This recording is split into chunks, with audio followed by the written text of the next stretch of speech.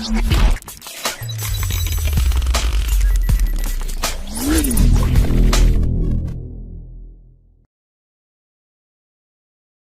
1. Tom and the Fence.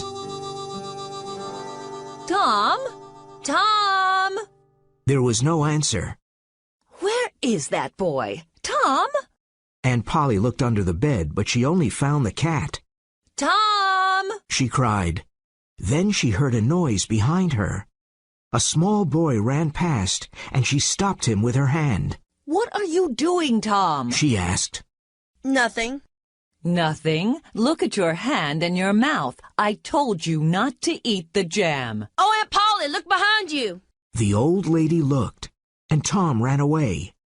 Aunt Polly was surprised, and then she laughed. Oh, I never learn. Tom always plays tricks on me, and I never learn. I love Tom. He's my sister's child. She's dead. But it's not easy to look after him. Tomorrow is Saturday, and there's no school. But Tom must work tomorrow. He hates work, but he must do it. Tom lived in the small village of St. Petersburg with his Aunt Polly, his brother Sid, and his sister Mary. The summer evenings were long, and in the evenings Tom liked walking around the village. One evening, he saw a big boy in front of him. The boy was a stranger. Tom was surprised because he did not see new people often. This boy had very nice, expensive clothes. He's got shoes, a new shirt, and a tie, and it's not Sunday, Tom thought. My clothes are old and ugly. Tom looked at him, and the big boy looked at Tom. Tom did not like him. Finally he said, I can beat you. Why don't you try? said the boy. Well, I can. Said Tom. No, you can't. Yes, I can. There was silence. You're afraid, said the boy. I'm not afraid. Said Tom. Yes, you are. No, I'm not. There was more silence. Then Tom pushed the boy, and the boy pushed Tom. Soon they were on the ground. Tom pulled the boy's hair and hit him hard. They both fought a lot. The big boy was angry and started crying. Stop! He said. Stop! Now that will teach you something, said Tom. Tom arrived home late, and he was very dirty. When Aunt Polly saw his dirty clothes, she thought, What can I do with this boy? Well, tomorrow is Saturday, and he must work. Saturday morning was beautiful and sunny. It was summer, and the world was happy. Tom sat in front of the fence and looked at it. It was 30 yards long and 9 feet high. He was very unhappy. It's Saturday, and I must paint this long fence. All my friends will laugh at me, he thought. He put his long brush in the white paint and started painting. He stopped and looked at his work. Then he continued painting. After a few minutes, he had a great idea. He continued painting the fence. He saw his friend Ben Rogers in the street. Ben had an apple in his hand. He came to look at the fence. You're working for your aunt, said Ben. Tom said nothing. He continued painting. I'm going swimming, but you can't come with me. You're working, said Ben. Do you call this work? asked Tom. Of course it's work. You're painting a fence, said Ben. Maybe it's work, but maybe it isn't. I like it, said Tom. I can swim every day, but I can't paint a fence every day. Ben watched Tom. He painted slowly and carefully. He often stopped and moved back from the fence. He looked at his work and smiled. Ben was suddenly interested in the fence and said, Let me paint a little, Tom. Tom thought for a moment. I'm sorry, Ben. Aunt Polly wants me to do it because I'm very good at painting. My brother Sid wanted to do it, but he's not good at painting. Oh, please, Tom. Please, can I paint? I'm good at painting, too. Here, you can have some of my apple. No, Ben, I can't. Then take all of my apple. Tom was happy, but he did not smile. He gave Ben the brush and sat down to eat the apple. Tom's other friends came by. At first they laughed at him, but soon they all wanted to paint the fence. Billy Fisher gave Tom a kite, and Johnny Miller brought him a dead rat. His other friends gave him an old knife, a cat with one eye, an old blue bottle, an old key, and other interesting things. His friends painted the fence, and Tom now had a lot of interesting things. He went back home. Aunt Polly, can I go to play now? When Aunt Polly saw the beautiful white fence, she was very happy. She gave Tom a big apple and said, Yes, go and play, but don't come home late. Chapter 2. Tom and Huck. The next day was Sunday. Tom wore his clean Sunday clothes. He hated this. Tom, Sid, and Mary always went to Sunday school on Sunday morning. But Tom was not a good student and never listened to the teacher. After Sunday school, Tom and his family went to church. This Sunday, he had a big black beetle in his pocket. When the Reverend started speaking, Tom took the black beetle out of his pocket. He put it on the floor. There was a little dog in the church. It saw the beetle and wanted to play with it. Suddenly the beetle bit the dog's nose. The little dog barked, and everyone looked at it. It jumped and ran after the black beetle. It ran all about the church, barking and making a lot of noise. The people in the church laughed silently. Their faces were red. The Reverend continued talking, but no one listened to him. Tom was happy because he had an interesting morning in church. On Monday morning, Tom did not want to get up. Get up immediately, Tom, and get ready for school. Aunt Polly cried. On his way to school, Tom met his friend Huckleberry Finn. Huck's father drank whiskey all the time and did not work. Huck had no mother and no home. He lived in the streets and did not go to school. His clothes were old and dirty. He went fishing and swimming when he wanted. Huck was happy. All the mothers of the village hated him because he was lazy and used bad language. All the children of the town liked him very much. They admired him. Hello, Huckleberry. What's that? It's a dead cat. Said Huck. What will we do with it? Asked Tom. I want to take it to the graveyard after midnight. Huck said. A dead cat can call ghosts out of their graves. Really? Asked Tom. Well, old Mrs. Hopkins told me. She's a witch, and she knows about these things. Said Huck. Can I come with you? Asked Tom. Of course. Or are you afraid of ghosts? Asked Huck. Afraid of ghosts? Of course not. Said Tom. Come and call me at my window at 11 o'clock tonight. Tom was late for school. The teacher was angry and said, Thomas Sawyer, why are you late again? Suddenly, Tom saw a new girl in the classroom. She had blue eyes and long blonde hair. She was very beautiful. Tom looked at her. He was in love. There was a free chair next to her, and Tom wanted to sit there. But how? Tom thought quickly and said, I stopped to talk to Huckleberry Finn. The teacher was very angry. You know you must never talk to that boy. The teacher took his stick and hit Tom. Now go and sit with the girls, said the teacher. The children laughed at Tom. He sat down next to the new girl. He looked at her. Then he drew a picture of a house. Let me see it. She whispered. Tom put the picture in front of her. It's nice. Draw a man, she said.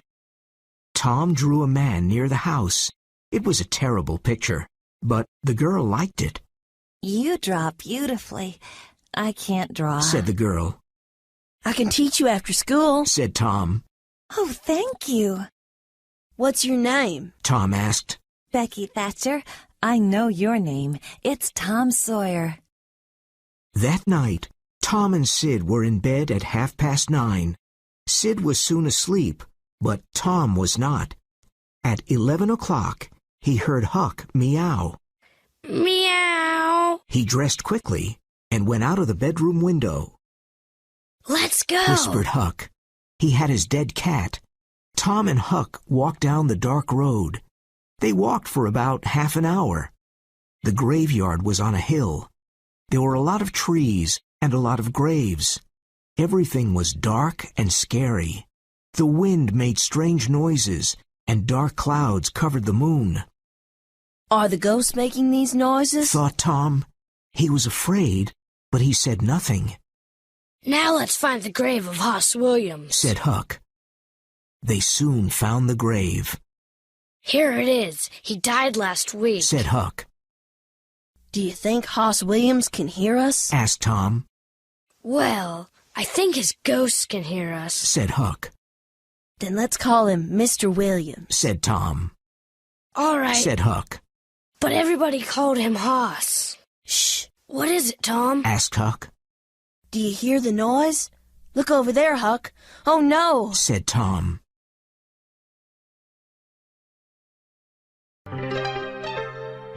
Chapter 3. The Graveyard.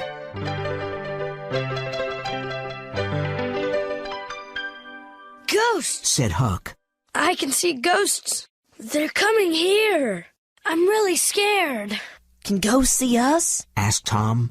Ghosts can see everything. Answered Huck. Oh, why did I come here? Don't be afraid. We must be very quiet. Said Tom. The three ghosts moved quietly in the graveyard. They came close to Tom and Huck. Tom! Whispered Huck. They're not ghosts. They're humans. One of them is Muff Potter. You're right. And there's Engine Joe and Dr. Robinson. But why are they here? Said Tom. They're grave robbers. They want to rob a grave. The doctor wants a dead body. Said Huck.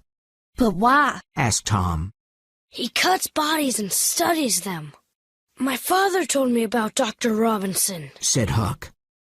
The three men were at Hoss Williams' grave. Injun Joe and Muff Potter started digging. Soon the grave was open. They found the dead body and pulled it out of the ground. Well, Doctor, do you want us to take the body to your house? Said Muff. You must give us $5. What? Said Dr. Robinson angrily. I paid you this morning. I'm not giving you more money. I want more money, Doctor. Said Injun Joe. 5 years ago, I came to your father's house. I asked you for something to eat. You gave me nothing. I still remember that. Now you must give me more money. Injun Joe took the doctor's arm, and the doctor hit him. Injun Joe fell to the ground. Don't hit my friend! Cried Muff Potter. Muff and Dr. Robinson started fighting. Everything happened very quickly. Dr. Robinson hit Muff Potter on the head. Muff fell to the ground. Injun Joe took Muff's knife. He saw Muff on the ground, and he killed Dr. Robinson with the knife. The doctor fell on top of Muff and covered him with blood. Injun Joe looked at the two men on the ground. First he robbed the dead doctor. Then he put the bloody knife into Muff's right hand. A few minutes passed, and Muff moved a little and opened his eyes. He pushed the doctor's body away.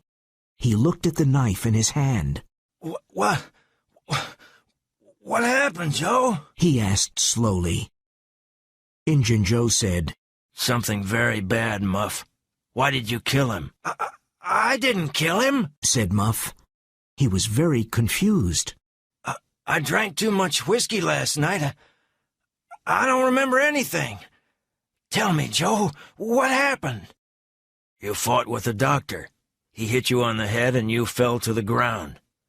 Then you got up, took your knife, and killed him, said Injun Joe. I don't understand, Joe. I never fight with a knife. I didn't want to kill Dr. Robinson. He was young and he had a future. Oh, this is terrible. It was the whiskey, cried Muff. Joe, don't tell anyone, please. I won't tell anyone, Muff. But now you must leave this graveyard. Quickly. Go, said Injun Joe. Thank you, Joe, said Muff. You're a friend. Muff Potter ran away, and Injun Joe watched him. Then he carefully put Muff's knife near the doctor's body and left the graveyard. Tom and Huck were terrified. It was a terrible scene. They silently moved away from the trees. Then they ran out of the graveyard and back to the village. They arrived at an old house and decided to hide there. "What are we going to do?" asked Tom. "We saw everything. Injun Joe killed the doctor." What can we do? We can't tell anyone, said Huck. Injun Joe is dangerous. I'm afraid of him. Do you want a knife in your heart? "I'm afraid of Injun Joe, too," said Tom. "You're right. We can't tell anyone about Injun Joe." Promise not to tell anyone, said Huck. "I promise," said Tom.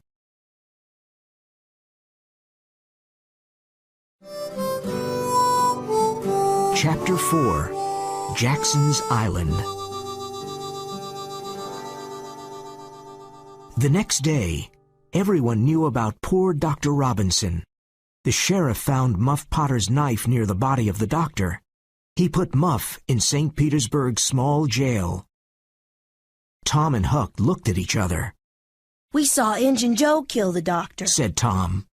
"Muff didn't kill him. Poor Muff." I know, said Huck. But we mustn't say anything. Remember, Injun Joe is dangerous. Very dangerous. I'm sorry for Muff Potter, too. The two boys were afraid. "We must keep this a secret," said Tom sadly. Tom could not forget. At night, he had bad dreams about Injun Joe and Muff Potter. He kept the terrible secret, but he was very unhappy. Aunt Polly was worried about him. She gave him a lot of different medicines, but Tom did not feel better. He was unhappy at school, too. Becky Thatcher didn't talk to him anymore. "No one loves me," thought Tom. "What a horrible life." It was now summer, and there was no more school. Tom and his friend Joe Harper went to sit by the Mississippi River. They fished, talked, and looked at the boats. One day, Tom said, "Let's go do something exciting." Okay, said Joe. but where can we go, and what can we do? "Let's run away. We can go and live on Jackson's Island. We can be pirates. A pirate's life is exciting," said Tom. Jackson's Island was a small island in the Mississippi River. It was about 3 miles south of St. Petersburg. No one lived on the island. "Huckleberry Finn can come with us, too," said Tom. "Remember, Joe, don't tell your mother, father, or anyone about our adventure. Go home and bring some food. We'll meet here at midnight." Tom and Joe were excited. At midnight, the 3 boys met on the river. Tom brought some meat to eat. Joe brought some bread, and Huck brought a frying pan. They found a small raft, and they went down the river to Jackson's Island. When they arrived on the island, they made a fire and cooked some meat. This is fun, said Joe. "We're free, and we can do everything we want," said Tom. What do pirates do? Asked Huck. "They go on ships and take the money. Then they go to an island and hide it in a secret place," said Tom. The 3 boys were happy and slept under the stars. The next morning, they went swimming in the river. Then they went fishing. They cooked the fish on the fire and ate it. It was delicious. After breakfast, they walked around the island and went swimming again. In the afternoon, they sat around the fire and ate some meat. Suddenly, Tom said, "Can you hear a strange noise? Listen." What is it? asked Joe. Let's go and see, said Huck. They ran to the river. They saw a steamboat and a lot of small boats near it, Every boat from St. Petersburg is out on the river, said Joe. What's happening? They're looking for a dead body. Said Huck. The same thing happened last summer when Bill Turner fell into the river and drowned. Who are they looking for this time? Asked Joe. Tom thought for a moment and said, "I know. It's us. They think we drowned." The 3 boys felt like heroes and laughed. "The people of St. Petersburg are looking for us. They're talking about us. We're famous," said Tom happily. This was an exciting adventure for Tom, Huck, and Joe. They felt like real pirates on Jackson's Island. The boats and the steamboat went away. The boys went fishing again and had fish for dinner. Then they slept under the stars. But Tom could not sleep. The next morning, he wasn't there. Where's Tom? Asked Joe. I don't know, Said Huck. After a few minutes, Huck said, Look, Tom's swimming in the river. He's coming to the island. Tom told him his story. Last night I couldn't sleep. I thought about Aunt Polly. So I went home, but no one saw me. I saw Aunt Polly and your mother, Joe. Poor Aunt Polly cried a lot. And your mother was very sad, too. Everyone thinks we're dead. I heard some interesting things. What did you hear? Asked Huck. Well, there will be a funeral for us on Sunday at the church, Said Tom. Huck and Joe looked at him with big eyes. And now I have a great idea. Listen. Tom told Huck and Joe his great idea. They liked it and laughed. Sunday was the day of the funeral. There were no happy faces in St. Petersburg. Everyone in the village was in the small church. Aunt Polly, Sid, Mary, and Joe Harper's family were all dressed in black. The Reverend said many kind words about the three boys. The boys' families cried and cried. Becky Thatcher cried. Everyone cried a lot. Suddenly there was a noise at the church door. The Reverend looked up and stopped speaking. Everyone in the church turned around and looked. Their mouths opened. The three dead boys slowly walked into the church. Tom was first, then Joe, and then Huck. There was great silence for a moment.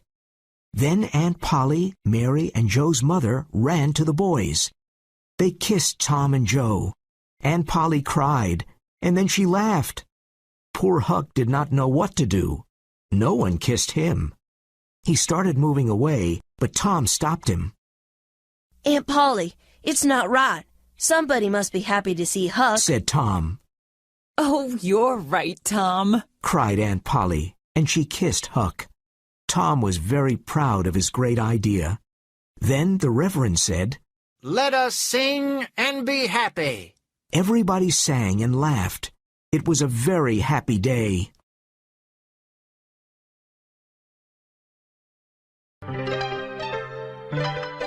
Chapter 5. The Trial.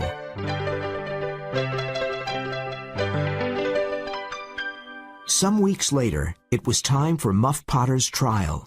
Everyone in the village talked about it. Tom and Huck were worried. Huck, did you tell anyone about that? Asked Tom. About what?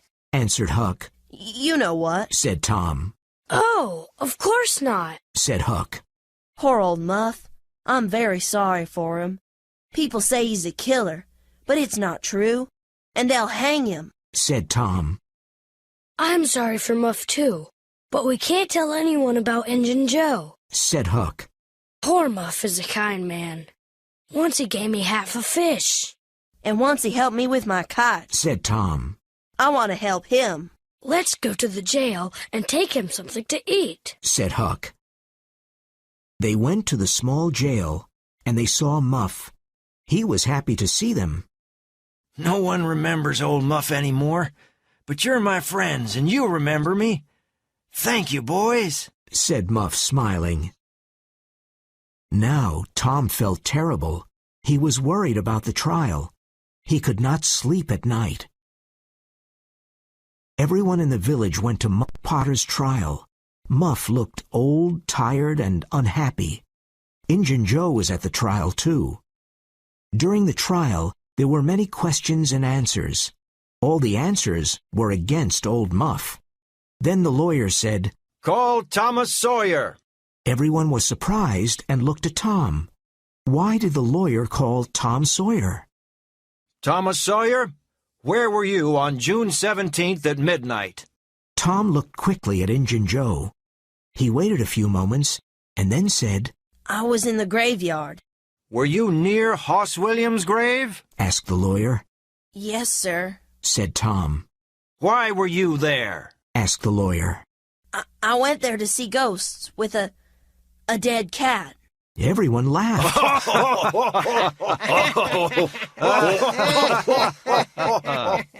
What did you see in the graveyard? Tell us what happened, said the lawyer. Tom told his story, and the people of St. Petersburg listened to him. They were very surprised. And then Muff Potter fell to the ground, and Injun Joe took Muff's knife and... Tom suddenly heard a very loud noise. Injun Joe jumped out of the window and disappeared. Tom became the hero of St. Petersburg. He saved Muff Potter's life.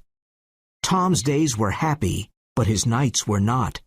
At night, he had terrible dreams about Injun Joe. The days passed, and no one could find Injun Joe.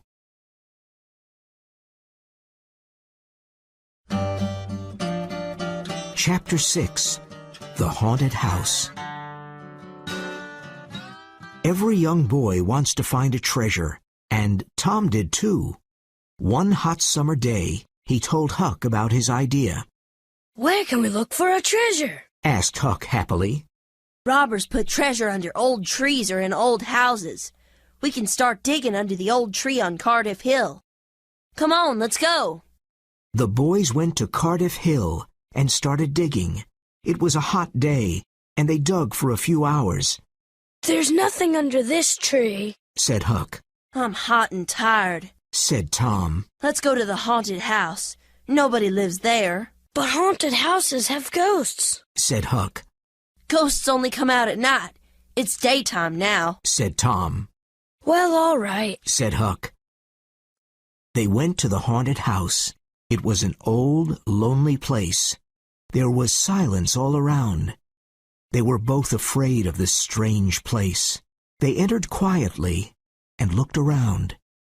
Everything was old and broken. No one lived there. They looked in all the rooms downstairs and upstairs. But there was no treasure, and there were no ghosts. Tom and Huck were upstairs. Shh, said Tom. What is it? Do you hear ghosts? Whispered Huck. No, don't move, said Tom. Let's sit down on the floor. There were holes in the floor, and they could see the rooms downstairs. Oh no, whispered Tom. There are two men downstairs. One was an old Spanish man with long white hair and a big hat. The other man was small and wore dirty clothes. Let's listen to them, whispered Tom. The two men sat on the floor. It's hot in here, and I'm tired, said the old Spanish man. When the boys heard his voice, they were terrified. That's Injun Joe, whispered Huck. The boys' faces became white. What are we going to do with the $650 in silver coins? That was a good robbery, said the small, dirty man. Let's take about $30 with us now and hide the bag here. We can come back to get it soon, said Injun Joe. The small, dirty man moved a big stone in the fireplace and pulled out a bag. He took some money from the bag. Injun Joe started digging near the fireplace with his knife. Tom and Huck watched with excitement. There was a real treasure downstairs. $600 was a wonderful treasure for two young boys. Suddenly, Injun Joe stopped digging. There's something here. I think it's a box, he said. He found an old box and opened it. It's money, cried Injun Joe. Look, there are lots of gold coins. The two men looked at the coins and smiled. The box was full of gold coins. Tom and Huck smiled too. This is the treasure of the old Merle family. Now, it's ours, said Injun Joe. Where can we hide this gold? Asked the small man. Can we put it back under the stone? Yes, said Injun Joe. No. The stone isn't a good place. Someone may find it. Let's put it under the cross tonight. When it was dark outside, the two men took the silver and gold away. Tom and Huck did not follow them because they were afraid of Injun Joe. But they wanted to find the cross and the treasure. Where was the cross?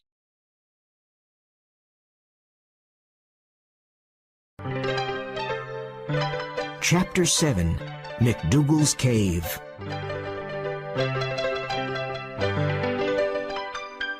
It was Becky Thatcher's birthday on Saturday, and all of Becky's friends were happy and excited. "I'm having a big picnic near the river," said Becky to Tom. "After the picnic, we can visit McDougal's cave." It'll be great fun, said Tom. He liked Becky a lot. On Saturday morning, a big boat took Becky, Tom, and their friends down the river. There were no mothers and fathers, but a few boys and girls were 18 years old. There were a lot of good things to eat, and everyone ate, played, and had fun. After the picnic, the children went to visit McDougal's cave. Everybody had candles because it was dark inside the cave. Some children were afraid, but they all went in. Caves are exciting and mysterious. McDougal's cave was very, very big. It had hundreds of tunnels, rooms, and secret passages. No one knew all of them. The children played and ran in the tunnels and in the rooms, but they always played near the entrance. They did not want to get lost. Tom and Becky wanted to find a new tunnel. They walked and walked, and soon they were alone. Where were the other children? They were lost. In the evening, the other children returned to the boat. They laughed and talked, but they were very tired. They did not see that Tom and Becky were not there. The boat took them back to St. Petersburg. Huck saw the boat, but he did not know about the picnic. The mothers of St. Petersburg did not like him. They never invited him to birthday picnics. But tonight, Huck was not interested in birthday picnics. He was interested in Injun Joe's treasure. He hid behind a tree and watched an old house. Injun Joe's in that old house, he thought. I'll stay here and wait. When he comes out, I'll follow him and I'll find the treasure. It was late and very dark. Soon, two men came out. It was Injun Joe and his friend. Huck followed them quietly. They're going to Widow Douglas's house, thought Huck. But why? Suddenly the two men stopped. Injun Joe said, "Many years ago, Widow Douglas's husband was very cruel to me. Now, I want to hurt the widow. I want to cut her face, her nose, and her ears. And you must help me." Oh, please don't kill her, said his friend. Injun Joe laughed. Huck heard this and wanted to run away, but he remembered that Widow Douglas was kind to him. I must help her, thought Huck. These men want to kill the poor old woman. Huck ran quickly to Bill Welsh's house. Mr. Welsh, help! Help! Mr. Welsh opened the door. Mr. Welsh, please help me. Two men want to kill Widow Douglas. Mr. Welsh and his sons took their rifles. They ran to the widow's house. Suddenly there was a loud shot. Injun Joe and his friend escaped, but the widow was not hurt. The next morning, Huck returned to see Mr. Welsh. "You're a courageous boy, Huck," said Mr. Welsh. "You saved the widow's life. The two men escaped, but we'll find them. Sit down and have breakfast with us." Huck was happy because he saved the widow's life. And now he had new friends, Mr. Welsh and his family.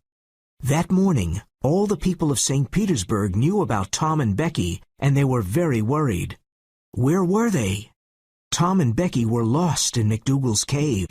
They did not know what to do. They were both afraid. Tom took Becky's hand. They walked and walked. Tom wanted to find the entrance of the cave, but he couldn't. Tom and Becky entered a big room with a lot of black bats. It was terrible. The bats flew over their heads, and when Tom and Becky ran away, the bats followed them. Finally, the bats went away. Becky looked at Tom and said, "Tom, where are we?" I don't know, Becky. They continued walking in the dark tunnels. They were both tired and hungry. Becky started crying. "No one will ever find us, Tom. There are too many tunnels and rooms. Oh, we're going to die here." We'll get out of this cave, Becky. You'll see, said Tom. They ate their last piece of cake. Soon their last candle went out. Everything was dark. What time was it? What day was it? They didn't know. They were tired and slept. When they woke up, they were very hungry. Suddenly, Tom heard a noise. Listen, Becky. Did you hear a noise? Someone is looking for us. Becky looked at Tom and smiled. I'm going to see. You stay here, Becky, said Tom.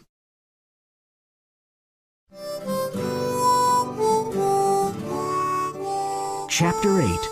The Treasure. Tom went into the dark tunnel.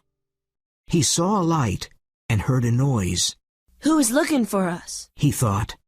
Suddenly, he saw a hand with a candle. Then he saw a man. It was Injun Joe. Tom was terribly scared, but it was dark, and Injun Joe did not see Tom. Injun Joe went away quickly. Tom returned to Becky, but he did not tell her about Injun Joe. She was very weak. It was Tuesday, and in St. Petersburg everyone was worried. Where were Tom and Becky? Many people from the village went to the cave and looked for them, but they could not find them. Mrs. Thatcher became very ill, and Aunt Polly's hair became white. Then, on Tuesday night, there was a lot of noise in the streets of St. Petersburg. They're here. They're here. Becky and Tom are They're here. Becky and Tom are here. Cried the people happily. No one went to sleep that night. Everyone listened to Tom's story about his adventure in the cave. We were lost for a long time. We were hungry and scared. Then I remembered the string in my pocket. I used the long string to help me. I went down many tunnels, and I always returned to Becky because I followed the string. Then I found another entrance to the cave. It was very small, and it was near the river. Tom and Becky were happy, but very tired and hungry. Becky stayed in bed for many days because she was weak. Tom stayed in bed for a few days too. Sometime after the adventure in the cave, Tom went to visit Becky. Mr. Thatcher asked Tom, Do you want to go to the cave again? Oh, I'm not afraid of the cave, said Tom. Well, nobody is going into the cave again. There are big doors in front of the entrance now, and I have the keys, said Mr. Thatcher. What? Tom's face became white. Is something wrong, Tom? Asked Mr. Thatcher. Injun Joe's in the cave, Cried Tom. Many men from St. Petersburg went to the cave and opened the big doors. They found Injun Joe on the ground. He was dead. After Injun Joe's funeral, Tom went to see Huck. Now that Injun Joe's dead, we'll never find the money, Said Huck sadly. Listen, Huck, Said Tom. I know where the money is. Really? Asked Huck with big eyes. The money is in the cave. I saw Injun Joe in the cave. Why was he in the cave? Because he took the money there, Said Tom. Say it again, Tom. Said Huck. The money's in the cave, and we can take it. But we'll get lost in the cave. Said Huck. No, we won't. I've got candles and a long string. Let's go and get a boat, Said Tom. They took a small boat and went down the Mississippi River to McDougal's cave. Look, Huck, here's the other entrance, Said Tom. It's very small, Said Huck. Tom and Huck went into the cave. They were careful and used the long string to help them. Tom suddenly stopped and said, I saw Injun Joe here. His ghost is probably here too. Said Huck. Let's go now. His ghost isn't here. It's probably at the other entrance. Well, all right, but let's hurry, Said Huck. Tom looked around slowly and then cried, Look, here's the cross. There was a black cross on the wall of the cave. You're right. It's the cross, Said Huck. Let's dig under the cross. They dug and dug. Finally, they found a small room. There was a small bed, some old candles, and a few bottles. And there was the treasure box. They opened it, and saw the gold and silver coins. We're rich, Tom. We're rich. Cried Huck. This is wonderful. I always knew it, Said Tom. Now let's take our treasure and leave. They followed the long string and were soon out of the cave. The two boys took their treasure to Aunt Polly's house. A lot of people in St. Petersburg saw the boys and the treasure. They followed them to Aunt Polly's house. Aunt Polly was surprised to see the boys and all the people. Tom, what's in that old box? She asked. Tom opened the treasure box. Everyone was amazed. They looked at all the silver and gold coins. There was $12,000. Tom told his long story about Injun Joe and the treasure. It was a great story, and the people listened with their eyes wide open. Now Tom and Huck were rich and famous in St. Petersburg.